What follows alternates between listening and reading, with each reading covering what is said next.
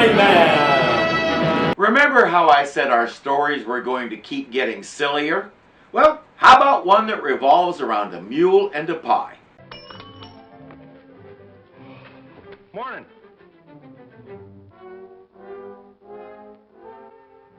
Nope, it's still there. Why can't I just see pink elephants like everybody else? This here ain't no pink elephant, mister. This here's Lilybell.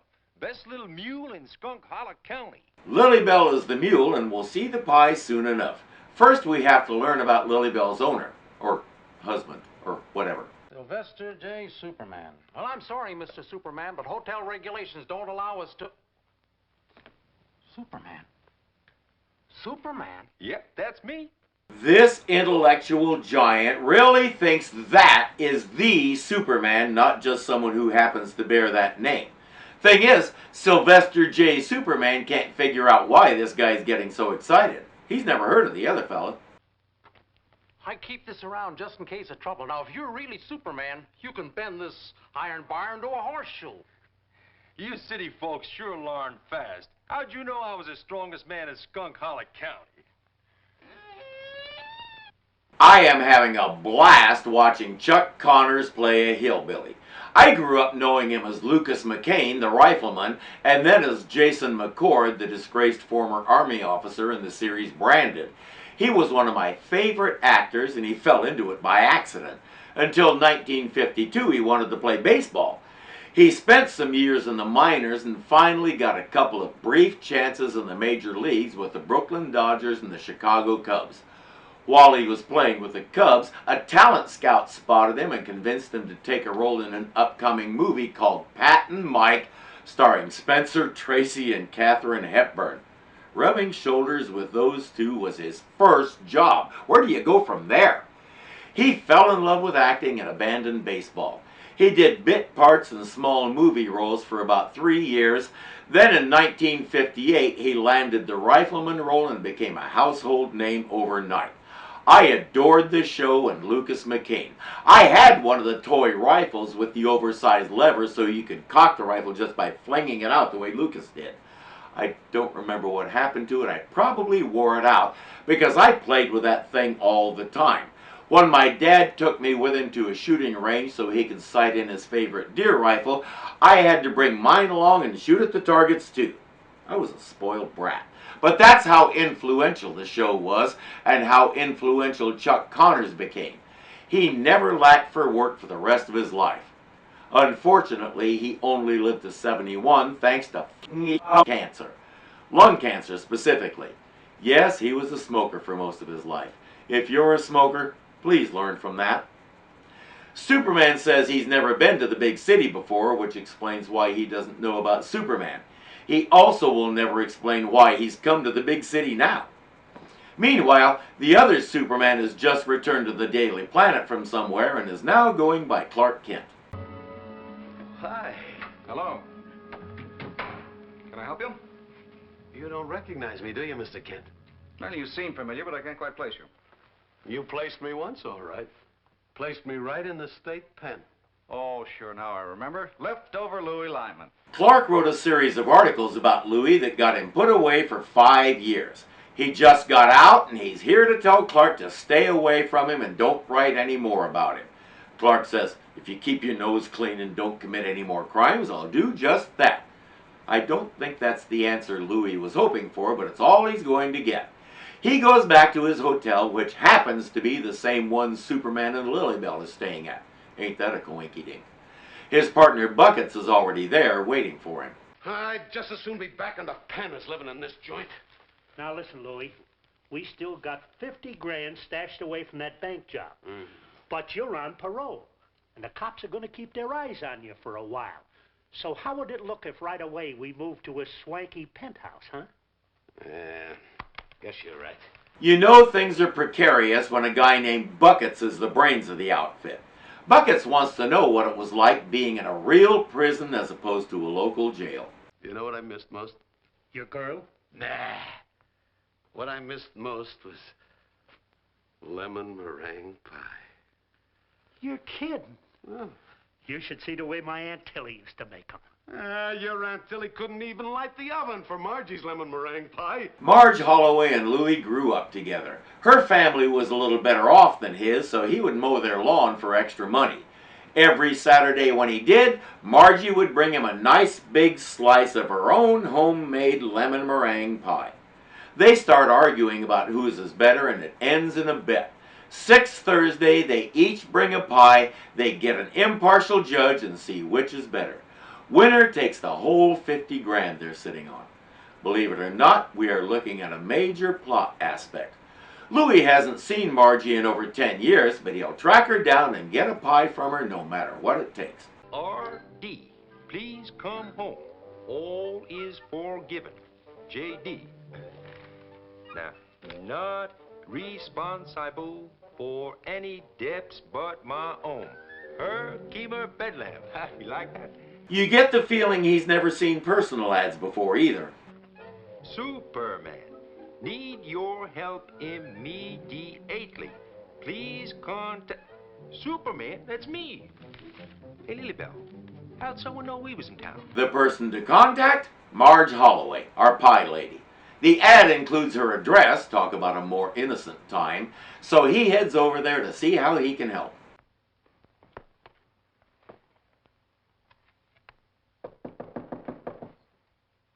We have now met Marge and the pie. That's Louie at the door, but he can't have the pie. But I baked this one for someone very special. Huh? Who's so special? His name is Steve. He's my fiancé. Oh. He's in the Air Force up in Alaska. That's why she needs Superman. He's the only one who can get it to Steve while it's still fresh. Louie says, "Then could you bake another one for me?" She says, "I promised Steve I would only bake lemon meringue pies for him." Listen, kid. I want this pie, see? Listen, you give that Sorry, back. Marge, no can do. Why, how can you... Look at it this way. By the time the pie got to him, it'd be as stale as last year's news. Well, not if it goes the way I planned it won't. Huh? Who's that? Well, I don't know, but you'd better put that box down, because now I have a witness, and you'll be back in jail for robbery. Can you picture that conversation? So what are you guys in for? Knocked over a bank, stole 30 grand. Robbed a jewelry store, made off with 45 grand worth of stuff. What? Stole a pie. What? Stole a pie. It's Superman at the door, though not the one she was expecting. Well, first of all, I'd like to have the piano moved over there. Glad obliged, ma'am.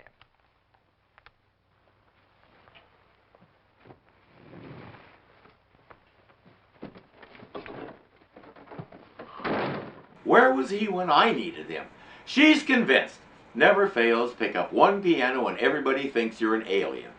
It doesn't occur to any of these city slickers that a country boy like him just might be a lot stronger than they're used to, because he does stuff with those muscles all day as opposed to sitting behind a desk. Before she can tell him what she really wants, there's somebody else at the door. Miss Holloway? Yes. I'm Clark Kent of the Daily Planet. I've come in reference to your ad. Clark Kent. Why, I'm a great admirer of yours. Oh? Come in, I'll introduce you to Superman. Oh, you will? You mean Superman's here? Yes, in person. Well. Superman, Yes, ma'am? I'd like you to meet Mr. Kent. Pleased to meet you, Mr. Kent. Clark is a little puzzled because as he looks at himself, he seems to have gotten taller when he wasn't looking. Well, all you have to do is deliver this pie to my fiancé. To a little radio shack just 50 miles outside of Iceville, Alaska. It's the anniversary of the first day we met. And you're the only one that can get it there for me fresh. Pulaski? It's mighty fur, ma'am. Well, not for you. You can fly up. Fly? Well, if that's the way you want it, ma'am, I'll do it. Now he's really confused, and Clark is amused, and Louis doesn't like being refused. I'll give you $50 for it. Well, that's right nice, mister, but I promised to deliver it to a soldier. I'll make it 100. What do you want with a pie? I want to eat it, see? What do you usually do with a pie? Throw it in some idiot thug's face? Superman goes on his way. Clark says, "Let it go, Louis. I'll drive you home. Where do you live?" The Crumbly Hotel. That figures. Let's go. I'm not sure what kind of clientele you're going for when you name your hotel the Crumbly. Steve works in a little radio monitoring shack on the edge of the world alone. That was Axel Air Base. Oh? What did they want? They wanted to know how the weather was up here. I hope you didn't tell them. I told them the weather was perfect for Eskimos. For pity's sake, get him a dog, or better yet, a cat. When he hears a knock at the door, he thinks he's finally gone over the edge. Howdy. You the fella called Steve? Now he knows he's gone over the edge. Superman delivers the pie and says, I guess we'll be going. It's hard to tell how long those socks are going to protect Lilybell's ears, so we'd better hurry. Okay, I added that last part. Steve says, no, come in and warm up a little. You're the first human and the first whatever I've seen in ages, so please come in and have a conversation. And besides, It's 20 below out there. That's calling it to freeze even a figment of the imagination. I don't know about that. I've been out in 20 below, but I didn't take any figments with me. Back in Metropolis, Clark wants to talk to Louis some more. He ain't him. Well, could you tell me where he is? Flying, I guess. Flying? Anyway, he rented an airplane. One with skis on it. Skis. Did you say skis? Yeah, skis. S-K-E-E-E-S. Louis says that pie can win him $25,000, but he'll spend more than that just getting his hands on it. Clark knows what the ski plane means, so now Superman is off to see about rescuing Superman.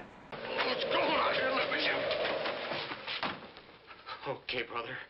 Where is it? Where's what? You know what I mean. Where's that pie? Pie? Oh, this is too much for one day. Where's that lemon meringue pie? Margie's? Oh, there it is. He takes the pie and escapes in his plane.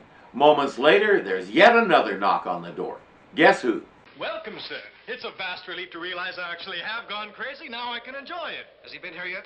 The man who wanted the pie? Certainly. He left just a few minutes ago, but don't fret. I've got a nice can of plum pudding for you. I really hope someday, somewhere down the line, someone explains this to him. If they can. I've watched it 3 times now, and I'm still a little fuzzy on some things. While Superman is trying to quiz Steve about Louis' plane, Steve gets a call on the radio. Who are you, mister?